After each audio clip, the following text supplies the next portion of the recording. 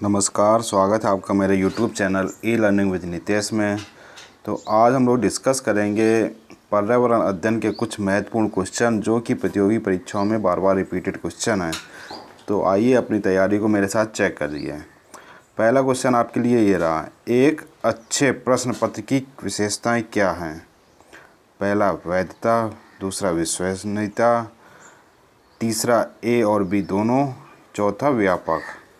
तो इसमें हमें ये बताना है एक अच्छे प्रश्न पत्र की क्या विशेषताएं होनी चाहिए। तो एक अच्छे प्रश्न पत्र की विशेषताएं होनी चाहिए, उसमें वैधता भी होनी चाहिए और उसमें विश्वसनीयता भी होनी चाहिए। तो इसलिए हमारा सी ऑप्शन करेक्ट हो जाएगा। नेक्स्ट, मानव समुदाय प्राथमिक स्तर पर पर्यावरण अध्ययन में एक महत्वपूर्ण शिक्षण अधिगम संसाधन है क्योंकि यह वास्तविक स्थिति में सीखने के अवसर प्रदान करता है। यह एक आसानी से उपलब्ध संसाधन है। इसमें बुद्धिमान और बुजुर्ग लोग शामिल हैं। उपरोक्त सभी अवसर उपलब्ध हैं। तो इसके लिए जो ऑप्शन करेक्ट हो जाएगा वो हो जाएगा नंबर 4, उपयुक्त सभी अवसर उपलब्ध हैं। नेक्स्ट, विज्ञान को प्राकृतिक घटना के क्रमबद्ध ज्ञान और उन अवधारणाओं के बीच संबंधों के तर्कसंगत अध्ययन के रूप में परिभाषित किया जा सकता है जिसमें उन घटनाओं को व्यक्त किया जाता है। विज्ञान की उक्त परिभाषा इस प्रकार है: W.C. Dampier, B.S. Bloom, Karl Popper, J.W.N. Sullivan. तो इसके लिए जो ऑप्शन करेक्ट हो जाएगा वो हो जाएगा W.C. Dampier. Next, Tarun Bharat संघ के राजेंद्र सिंह को किस काम के लिए मैग्सेसे पुरस्कार से सम्मानित किया गया था? जल संरक्षण, सामाजिक वानिकी, वनों का संरक्षण या सौर ऊर्जा। तो जो हमारे राजेंद्र सिंह जी थे इनको मैग्सेसे पुरस्कार दिया गया था जल संरक्षण के लिए। तो हमारा नंबर 1 सही हो जाएगा। नेक्स्ट, प्रत्येक कक्षा में पर्यावरण अध्ययन की शिक्षण अधिगम प्रक्रिया के लिए सभी बच्चों की आवश्यकताएं हैं। पहला, संज्ञानात्मक आयु उपयुक्त पाठ्यक्रम, अनुकूल और गैर खतरनाक वातावरण, स्कूल आधारित मूल्यांकन और रिपोर्टिंग या ऊपर के सभी। तो इसके लिए जो ऑप्शन करेक्ट हो जाएगा वो ऊपर के सभी, मतलब जो ऊपर के तीनों ऑप्शन है वो करेक्ट हो जाएंगे। नेक्स्ट, परियोजना पद्धति में कितने मुख्य चरणों का पालन किया जाता है? 3, 4, 6 या 8? तो इसके लिए जो मुख्य चरण हैं वो हैं 6। आइए देखते हैं कौन कौन से चरण हैं।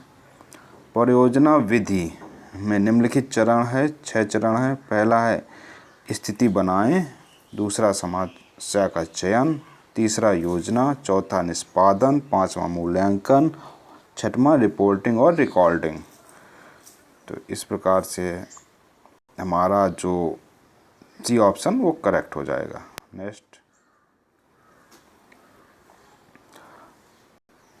कौन सा दृश्य सहायता का अनुमान है? Bulletin board, OHP model, flannel board. तो इसके लिए जो OHP मॉडल है वो दृश्य सहायता का अनुमान है। तो ऑप्शन हमारा बी करेक्ट हो जाएगा। नदी मुख की विशेषताएं हैं: मीठे और समुद्री पानी का समागम, समृद्ध जल विविधता, उच्च उत्पादकता, ऊपर के सभी या उपयुक्त सभी।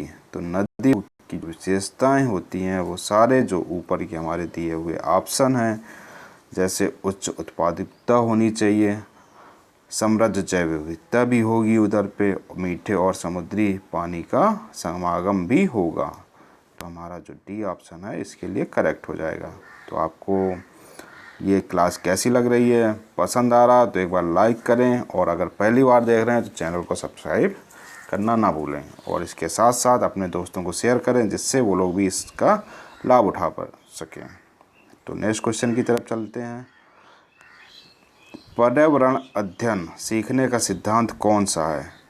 आवश्यकता का सिद्धांत, उपयोगिता का सिद्धांत, जीवन के साथ संबंध का सिद्धांत या ऊपर के सभी? तो इसके लिए जो हमारा ऑप्शन करेक्ट हो जाएगा वो ऊपर के सभी। मतलब पर्यावरण को सीखने का जो सिद्धांत है वो आवश्यकता का सिद्धांत भी है, उपयोगिता का सिद्धांत भी है और जीवन के साथ संबंध का सिद्धांत भी है।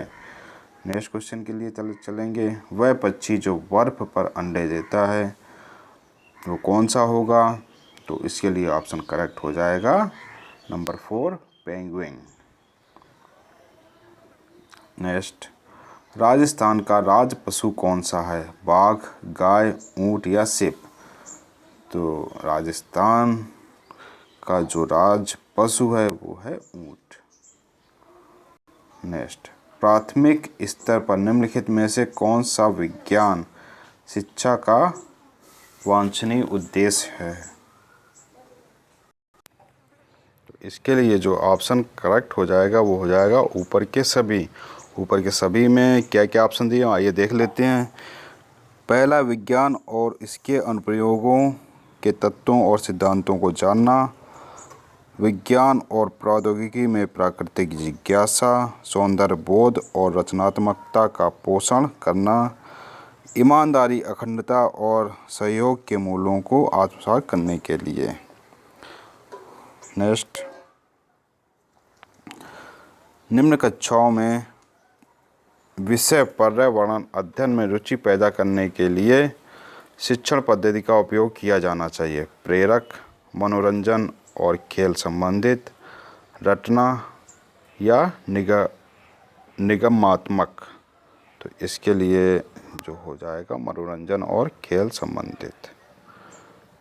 नेक्स्ट, केदारनाथ अभ्यारण्य के लिए जाना जाता है। तो इसमें बताना है कि केदारनाथ में किस पशु के लिए जाना जाता है? टाइगर्स, हाथी, पक्षी या कस्तूरी हिरण? तो इसका करेक्ट ऑप्शन हो जाएगा कस्तूरी हिरण। नेक्स्ट, निम्नलिखित में से कौन सी 3 जैव विविधता वाले हॉटस्पॉटों में से एक है? अरावली हिल्स, खासी हिल्स, हिमालय या इनमें से कोई नहीं? तो इसके लिए ऑप्शन हो जाएगा हिमालय। नेक्स्ट, प्राथमिक स्तर पर पर्यावरण अध्ययन पाठ्य पुस्तक निम्नलिखित विशेषताओं में से कौन सी नहीं होनी चाहिए? ऑप्शन पहला है, यह एक अभिन्न तरीके से प्राकृतिक और सामाजिक संस्कृति वातावरण प्रस्तुत करता है। यह छात्रों की विविध पृष्ठभूमि को तैयार करता है। इसमें सच्ची कहानियाँ और घटनाएं शामिल हैं। यह अमूर्त अवधारणाओं की परिभाषा और स्पष्टीकरण पर केंद्रित है। तो इसके लिए जो ऑप्शन आपका करेक्ट हो जाएगा वो हो जाएगा ऑप्शन बी, यह छात्रों की विविध पृष्ठभूमि को पूरा करता है। नेक्स्ट, पर्यावरण अध्ययन के महत्वपूर्ण सीखने के संकेतक हैं। अवलोकन और रिपोर्टिंग, अभिव्यक्ति, स्पष्टीकरण और वर्गीकरण, पूछताछ, विश्लेषण और प्रयोग या ऊपर के सभी? तो इसके लिए जो ऑप्शन करेक्ट हो जाएगा वो हो जाएगा ऊपर के सभी।